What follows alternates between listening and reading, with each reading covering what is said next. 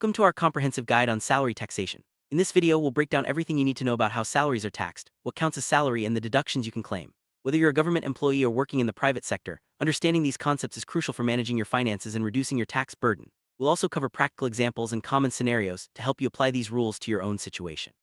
Let's start by understanding what income is considered under the head salaries according to the Income Tax Act. Salary income is not just your monthly pay. According to Section 15, salary includes any amount due from your employer, any salary received, and even arrears of salary that were not taxed earlier. Arrears simply mean amounts due for previous periods that are paid later. This ensures that all forms of compensation from your employer are considered for tax purposes. Understanding this broad definition is essential, as it affects how much of your income is taxable each year. Now let's talk about deductions. Section 16 of the Income Tax Act allows certain deductions from your salary income before calculating the taxable amount.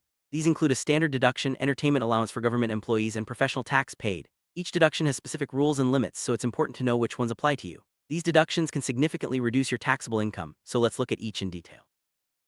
Standard deduction is a flat amount deducted from your salary income. For the financial year 2019-20 onwards, this deduction is Rs. 40,000 or the amount of your salary, whichever is less. This deduction is available to all salaried individuals, making it a straightforward way to reduce your taxable income. If your salary is less than Rs. 40,000, you can only claim up to your salary amount. This deduction replaced earlier transport and medical allowances. Entertainment allowance is a special deduction available only to government employees. The deduction is limited to the actual amount received, 20% of salary or Rs. 5,000, whichever is the least. For example, if you receive Rs. 6,000 as entertainment allowance but 20% of your salary is Rs. 96,000 and Rs. 5,000 is the lowest, you can only claim Rs. 5,000 as a deduction.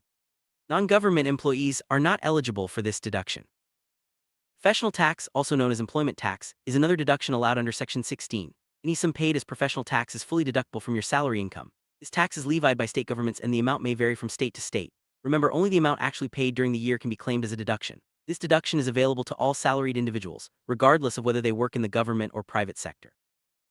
Let's look at a practical example. Suppose your basic salary is Rs. 40,000 per month, entertainment allowance is Rs. 500 per month, and you pay Rs. 2,500 as professional tax. For a government employee, the gross salary is Rs. 486,000 after deducting Rs. 5,000 for entertainment allowance and Rs. 2,500 for professional tax. The net salary becomes Rs. 478,500. For a non-government employee, only the professional tax is deductible, so the net salary is Rs. 483,500. Salary is more than just your basic pay. Section 17 lists out all components that are considered salary for tax purposes. This includes basic salary, wages, annuity, pension, gratuity, leave encashment, commission, bonus, allowances, perquisites, profit in lieu of salary, advance salary, and employers' contributions to provident and pension funds. Both monetary and non-monetary benefits provided by your employer are included. Allowances and perquisites are two important terms in salary taxation. Allowances are monetary benefits provided to cover specific expenses, like house rent, transport, or medical costs. Perquisites, on the other hand, are generally non-monetary benefits such as rent-free accommodation, company car, or medical facilities. Both are taxable, but the rules for exemptions and valuation differ. Understanding the difference helps in proper tax planning. Earnest allowance, or DA, is a component of salary aimed at offsetting inflation. DA is fully taxable and is included in salary for calculating tax exemptions like HRA, but only if it forms part of retirement benefits. If DA is not a part of retirement benefits, it is not included for HRA exemption calculations. Always check your salary structure to see how DA is treated. House rent allowance, or HRA, is an allowance paid to employees to meet rental expenses. HRA can be partly exempt from tax depending on your salary, the actual rent paid, and the city you live in. If you don't pay rent, the entire HRA is taxable. The exemption is calculated using specific rules, which we'll cover in detail with examples. Exemption on HRA is the least of these three amounts. Actual HRA received, 50% of salary for metro cities, or actual rent paid minus 10% of salary. Salary here means basic plus DA if it forms part of retirement benefits, and commission on turnover. This formula ensures that only the portion of HRA actually used for rent is exempt from tax. Let's see how this works with a real-life example. Consider Mr. A, who lives in Delhi and pays Rs. 15,000 rent per month. His basic salary is Rs. 25,000 per month, DA is Rs. 2,000, and he receives Rs. 100,000 as HRA annually. The three values for exemption are actual HRA received Rs. 100,000, 50% of salary Rs. 162,000, and rent paid minus 10% of salary Rs. 147,600. The least of these is Rs. 100,000, so the entire HRA is exempt from tax. In calculating HRA exemption, DA is included in salary only if it forms part of retirement benefits. If your salary structure doesn't specify this, DA is not included. This distinction is important because it affects the exemption amount. Always verify with your employer whether DA is part of retirement benefits for accurate tax planning. Let's compare HRA exemption for employees in different cities. For example, employees in Chennai, Noida, Kolkata, BBSR, and Mumbai have different basic salaries, HRA amounts, and rent paid. The exemption is calculated using the same three-step method, but the results vary based on city and salary. In metro cities, 50% of salary is used, while in non-metro cities it's 40%. This affects the exempt portion of HRA. If you receive HRA but do not pay any rent, the entire HRA amount becomes taxable. This rule is strictly enforced, so it's important to keep rent receipts as proof. For example, if an employee in BBSR receives HRA but doesn't pay rent, there is no exemption and the full HRA is added to taxable income. Some cases, only part of the HRA is exempt. For instance, if the least of the three calculated values is less than the HRA received, the difference is taxable. For example, in Mumbai, if HRA received is Rs. 144,000 but the least value is Rs. 96,000, then Rs. 48,000 is taxable. Always use the formula to determine the exempt and taxable portion. Section 80 of the Income Tax Act provides additional deductions from your total income, not just salary. These include contributions to pension funds, provident funds, and other specified investments. For example, both employee and employer contributions to the pension fund are deductible up to Rs. 50,000. These deductions help reduce your overall tax liability. Let's work through a more complex example. Suppose your basic salary is Rs. 50,000 per month, DA is also Rs. 50,000 per month, HRA is Rs. 10,000 per month, rent paid is Rs. 70,000 per month, commission is 2% of Rs. 20 lakh turnover, entertainment allowance is Rs. 500 per month, and professional tax paid is Rs. 2,500. We'll calculate the net salary step by step.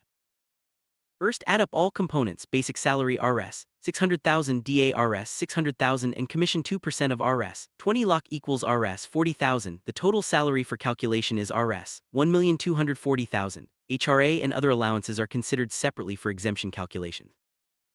Next, calculate the HRA exemption using the three-step method: actual HRA received, 50% of salary, and rent paid minus 10% of salary. Use the values from the previous step to find the least amount, which will be exempt from tax. The remaining HRA, if any, is taxable.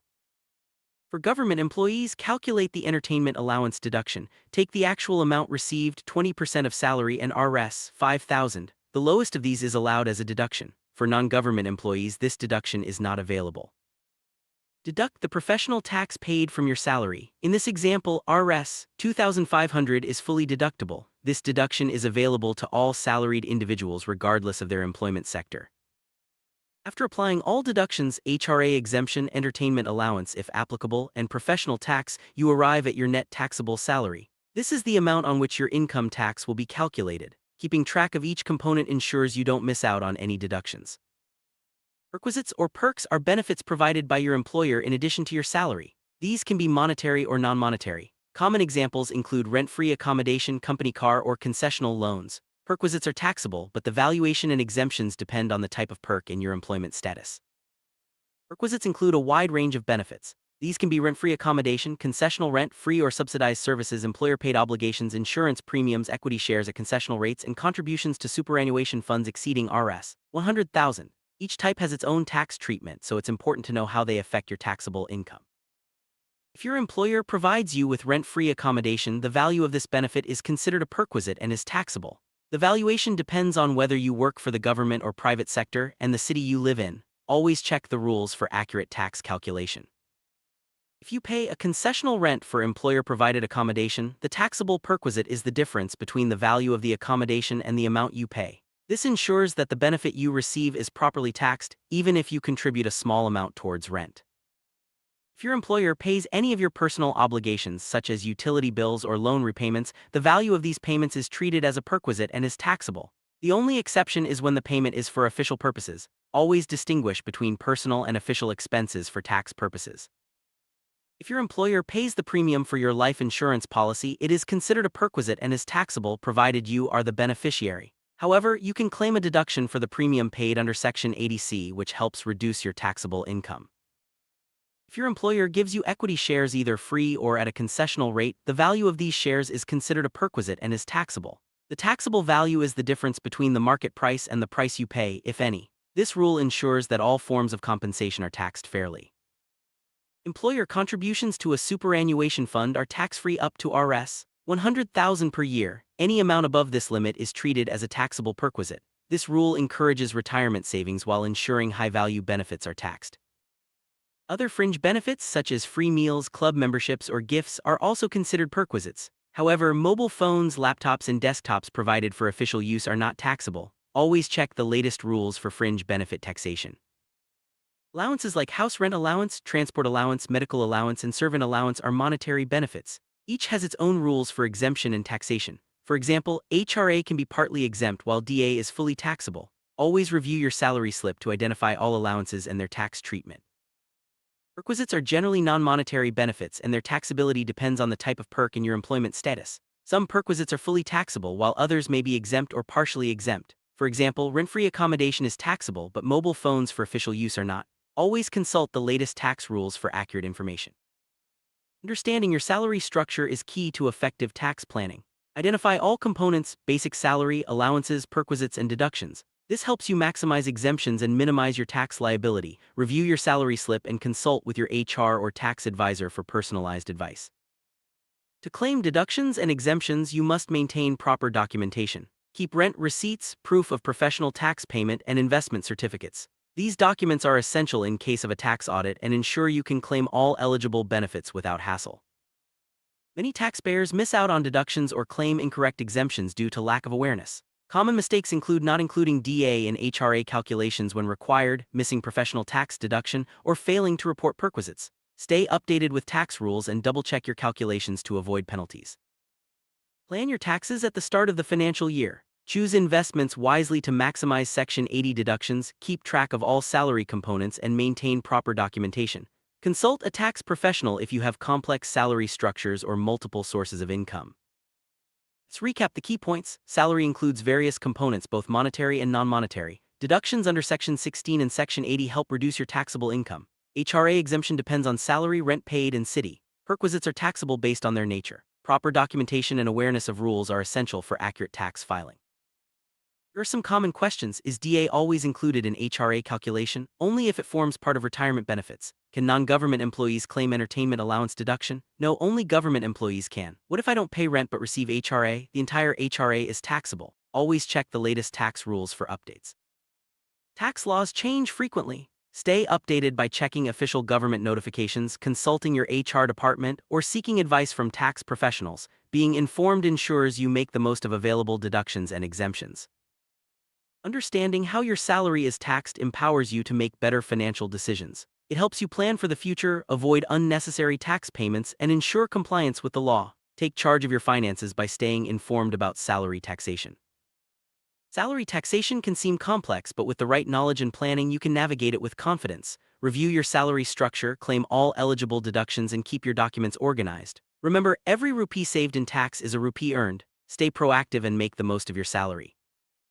Thank you for watching our guide on salary taxation. We hope you now have a clearer understanding of how your salary is taxed, what deductions you can claim, and how to optimize your tax planning. Stay tuned for more videos on personal finance and tax tips. Until next time, manage your salary smartly and keep your finances healthy.